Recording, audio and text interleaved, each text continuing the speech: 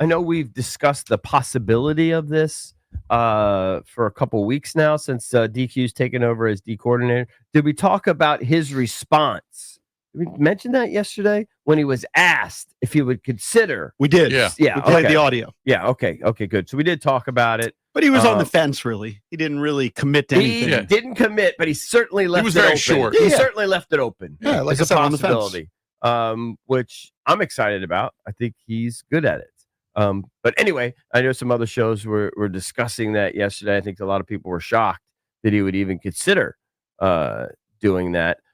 So I guess the Commanders were making some waves yesterday because the HBO Hard Knocks was airing. I think it had its debut episode, and I saw some tweets of some clips. I know Valdez has at least one where Jeremy Reeves got in front of the group, and they wanted to give a Commander shout out to somebody. That I've personally been here with through a lot. We've seen every aspect of this building, man, and now he's on a new journey. We're super excited for you, brother. I'm happy for you, man. So us and the fellas want to give you a huge Commander's appreciation for what's to come, man. New head coach, Stanford. Holy.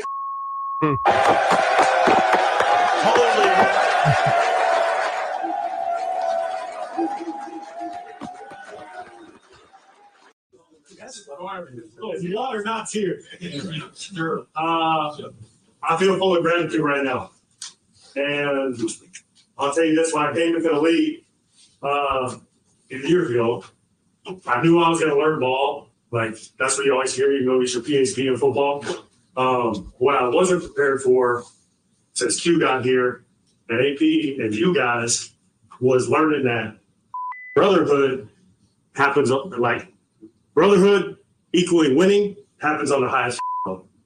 And like you guys have proven that, you showed me that. And what you've allowed me to take back now in this new role, again, I'm grateful because I go back with a strong conviction that that's what it's all about. And so thank you guys for that. You guys are going to have some Commanders fans in Palo Alto. Because my boys are like that. We're still going to cheer for the Commanders. Right? I'm like, yeah, we're going to. And you still got some fans there? Our doors are open, man. You guys are ever in the Bay, please come by and see me. I can't thank you enough, Q, for everything you've done. AP, the whole staff, like that brotherhood that I talked about with these guys you guys showed me, but all of you on staff, the special connection that we form, it'll last forever. And as we say in this thing, man, football is very cyclical. It's not goodbye, see you later. Right on, That's Very awesome. cool. Very cool. It's awesome. He's got his work cut out for him, but so he was head job opportunity though. He was basically Andrew Luck's backup. Yeah, they're best friends. What's interesting is his dad played college football at Washington State. Pretty cool nickname.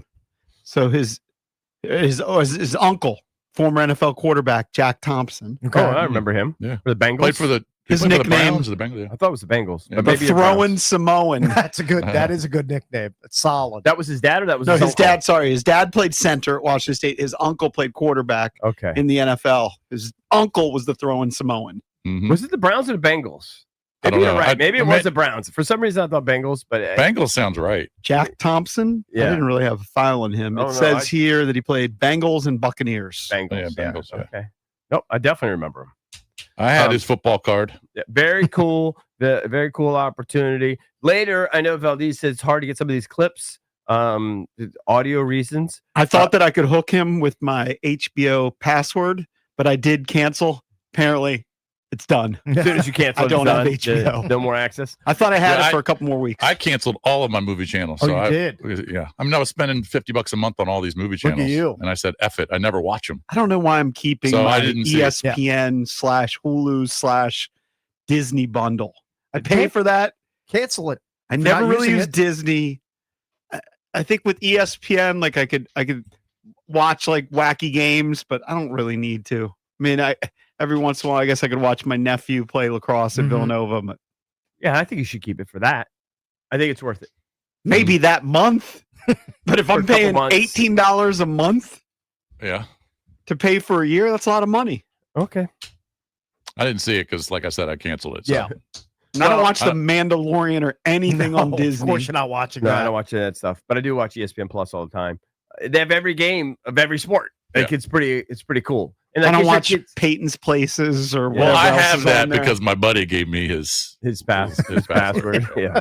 So I can watch any game. I just can't watch Hard But Knocks. one clip that was making the rounds was DQ addressing the team after frustrating loss. There, you could tell how shook Vaughn was when we had Vaughn on the show yesterday. Guy hadn't slept in hours.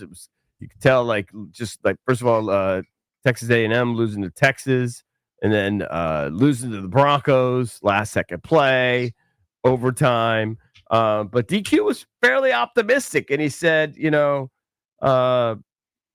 lost, but we're not effing lost anymore. Mhm. In other words, I think he feels like they found something, right? They found their competitiveness again.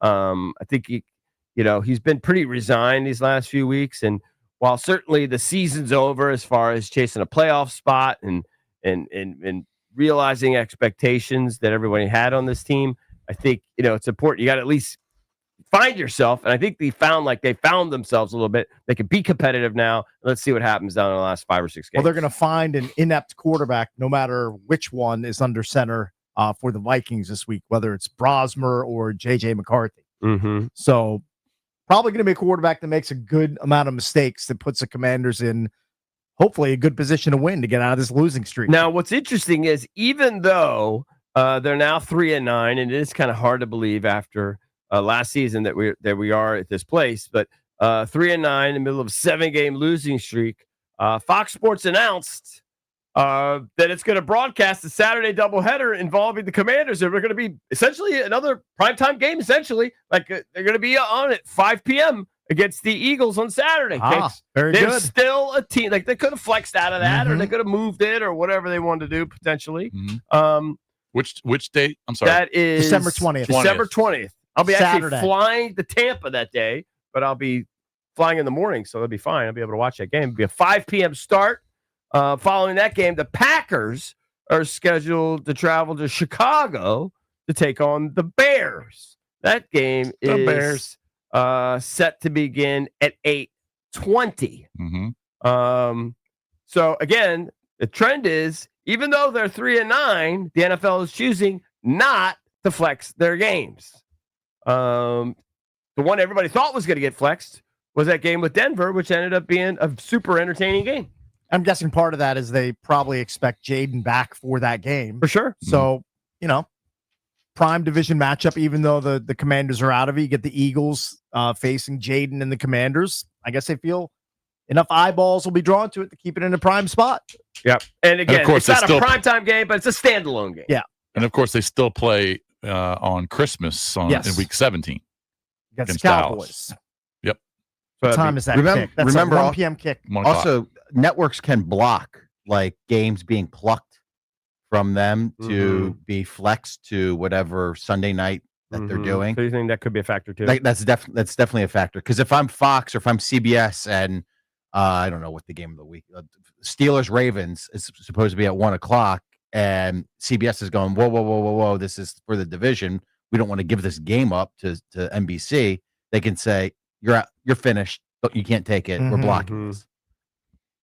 Let me see. I'm just reading here, and it's something that we've talked about. I could kind of care less. I mean, he has moments, but he makes me crazy at times too. What do you think the future of Marcus Mariota is going to be?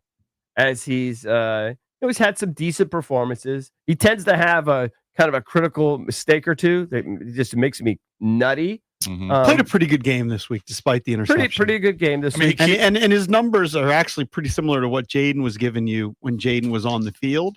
Now, his touchdown interception ratio is not as great. I think he's got 9 touchdowns, 6 picks, but his production has been pretty good. I think it's up to Marcus. Marcus likes it here. I think that if he wants to come back, they'll give him another year. And I think it's tied to whether Cliff stays here as well. Right. If Cliff is here as the OC again, I think there's a very good chance that Marcus comes back. No, I don't They'll think hand him a 1-year, $9 million deal, whatever it is, $10 million. I don't think the issue is will the Commanders want him back. The issue is the other opportunities that are going to be out there because That's why I said it's up to Marcus. It's extended playing time. Now, they could go the cheaper out. He's making $8 million, but then you're really getting Drek. No, I need a dependable backup that fits into the system well. if Jaden is a guy who's going to miss multiple games each year. Hopefully that's not the case, but I need to I can't have the Max Brosmers of the world. I know he's a third stringer, but I need a capable backup. I can't need a have veteran backup. Yeah. I can't have Brosmer's bottom young. of the league type backup. They're saying the Jets, the Saints, the Raiders, the Dolphins, and the Cardinals all could be looking for new quarterbacks. The Steelers, obviously, they probably be looking for one, and Minnesota potentially, as you talked about. Who knows what's going to happen with McCarthy? Those 6 or 7 teams that are certainly going to, if not want us, like a stopgap starter, or a backup to be ready to play. Yeah. Could you bring back somebody like Sam Howell? His cap hit's only $1.1 million. No, I mean, you could bring anybody in here. If he's a backup, you're done. I tend to agree. I mean, you're done. I mean, right. So maybe if you want to save a few bucks, you get somebody like a Sam Howell. But Mariota, maybe he maybe he just works well with Jaden. So maybe they like him in the quarterback room. That could be the case, as opposed to some of these other younger guys. But if a team like Minnesota is losing faith in JJ McCarthy and they want a reliable veteran to pair with him instead of a young guy and not Carson Wentz, Mariota could be an attractive option for a team like that. I don't know. He could work well with. It shouldn't be a priority. That's what I would say. Like ideally, if you're the Commanders, I think Mariota fits into their scheme. Mariota. I'm not calling him that anymore. I wouldn't break the bank on him. Well, why would you break the bank on a guy that's like 1-8? Like that's honestly what it is. So I'm saying. So maybe you save a few bucks. I mean, his numbers have been okay, but they got 1 win. I mean, how was the starter? And then just look at the mistakes late in games. I mean, I know you guys talked about it. I don't have a problem paying a backup $8 million if you know he's going to see potentially a bunch of snaps. I don't want to have a guy who's a 6th round rookie backing up Jaden Daniels. Like I want a capable player there. Okay, somebody like say I'm blast from the past. How about our guy Taylor Heineke? I mean, I think he's inactive this year. I think Mariota's an upgrade from Heineke's not on anybody's roster. If he's not on anybody's roster, it's over. It's really hard to go a year out of the league and then get back in. I mean, it can happen. It's happened, but it's hard. Is he with the Chargers? I thought he was, but I'll check. He's not their back. He's not their backup. I think he's a free agent right now. He's because Trey Lance is their backup. Yeah. I don't think we've gone through the PFF grades. They're always kind of interesting. You guys care to guess at all? The guys that got the bulk of the snaps. Let's go offensively. Who's some of the highest rated guys? McLaurin had to be up there. McLaurin was number 2. Yeah. I think Mariota's up there. Mariota was actually 12 out of 19. Not a horrible rating. It was a 62.7. But he was 12. Sam Cosby was number 1, had a 91.4 grade. Very, very high for him. Just behind Terry McLaurin, played every snap. And I believe, I could have this wrong, I believe he's the only guy on the offensive line who's played every snap. Josh Connolly got a 76.9 rating. Getting better. So the last 4 or 5 weeks, he seems to be getting some pretty high grades. Laramie Tunsil, also very highly graded. Colson Yankoff only played a few snaps, won't count him. Rodriguez, the highest rated running back of the crew. He had a 66.9. That's basically it. The bottom, this room probably needs to be upgraded. John Bates, lowest rated according to PFF, and then just above him. Now he only played in 15 snaps. Ben Sinnott. So the tight end room didn't fare all that well. Yankoff did okay, but he was only in for 4 snaps, and then Zach Ertz was middle of the pack. Talking about, even though Zach Ertz had all those catches, he was their 10th rated player offensively. We were talking about the running back room yesterday, and some of us agree that it's maybe not a priority, but a need. I do anyway. Tight end is a priority. Tight end, I think, is going to be a priority because you're going to have to move on from Zach. You want to give Jaden a more reliable weapon over the middle. Yeah, that's not 35 years old. I agree. All right, and let's just quickly go to the defense. Of course, I maintain, I think most people's eyes, the defense has played better the last few weeks. Cakes care to guess of guys that played a significant amount who the highest rated defensive players were. I don't think this will jump out at you. Bobby Wagner. Bobby Wagner usually gets a decent grade. He was 7th. Okay. I'd go Kinlaw. Kinlaw, lowest rated. Wow. Javon I feel like Kinlaw and Payne play pretty well. Kinlaw, Was Payne up lowest there? rated. Jacob Martin just above him. Payne was 6th.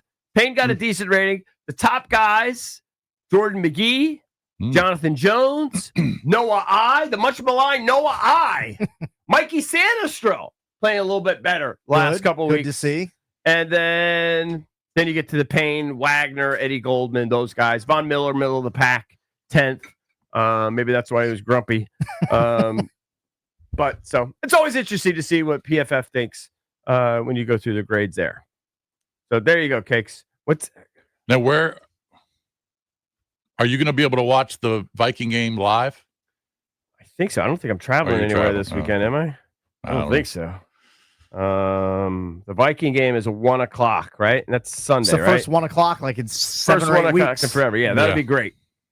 And it's, but by the way, I think weather-wise, I think we're looking at low 40s, like the next, But cold. the next whatever 10 days or so. Mhm. Like I just don't see a break in sight. I don't see any Friday's supposed to be a little bit dicey with the possibility of snow. some snow. Yeah. Yeah, I just don't see any like silly 50s or 60s days No. like around the corner right now. Well, it's December. Yeah. I know, but every once Yeah, but sometimes you get hooked. You get pockets, 55. You'll get a couple days where all of a sudden out of nowhere, it's nice.